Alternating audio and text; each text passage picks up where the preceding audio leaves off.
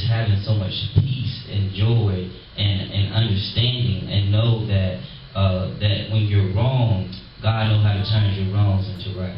Loving beyond means to me unconditional positive regard. It's giving a person a chance to be completely who they are, free to be who they are, the good, the bad, the ugly, and just being committed to doing life with them. Being committed to walk out purpose with them and still seeing the best in them. And still what is loving beyond to me? There's a verse in the Bible that says if there's someone in an army and he asks you to carry his gear, carry it for him. And if someone asks you to go a mile, go an extra mile. And I believe that's what loving beyond is. It's going the long haul with somebody.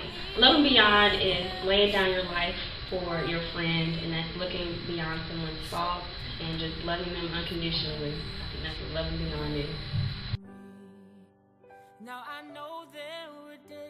Loving beyond is the church.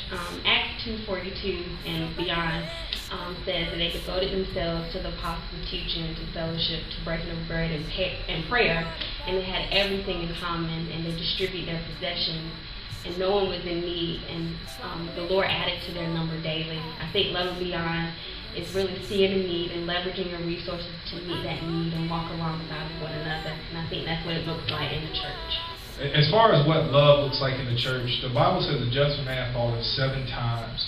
And just in my personal experience, some of the decisions that I made in life that's impacted me and how involved I am, or in what capacity I'm involved in ministry, to be able to make those mistakes and those decisions and be able to come to a leadership team that empathizes and sympathizes with you and works through those life decisions to make you stronger and come off as a stronger servant of God in the ministry is really what I think church love is.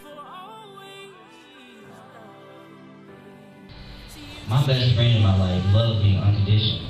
He allowed me into his life to see how things work, how he got over and overcame things to where I had steps in my life to where I was still experiencing those things, and we were able to relate. He allowed me in his home to get my life in order with God, and it just helped me a lot because, man, it was impossible for me to do it myself. He's given me an opportunity to advance and to take care of life and things.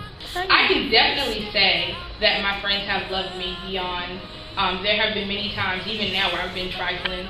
I've dealt with some pretty horrible issues, and I've said some pretty horrible things to people, and I've done some pretty horrible things to people. But even through the horrible things that I've done and the nastiness in my life, I've seen people that have said, Cammy, you know what, even though you're acting like that, even though you're being like that, I still love you and I'm still committed to being your friend. With my best friend, when I was at some of the lowest points in my life, they still had hope in me to change, and they didn't judge me.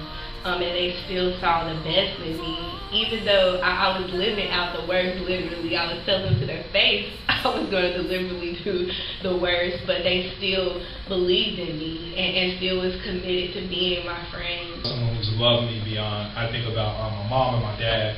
I've made some crazy decisions in life, and a lot of them aren't really good decisions, but to be able to come into a house where my parents aren't always proud, but they're still able to love me through my situation, really shows me what it means to show unconditional love.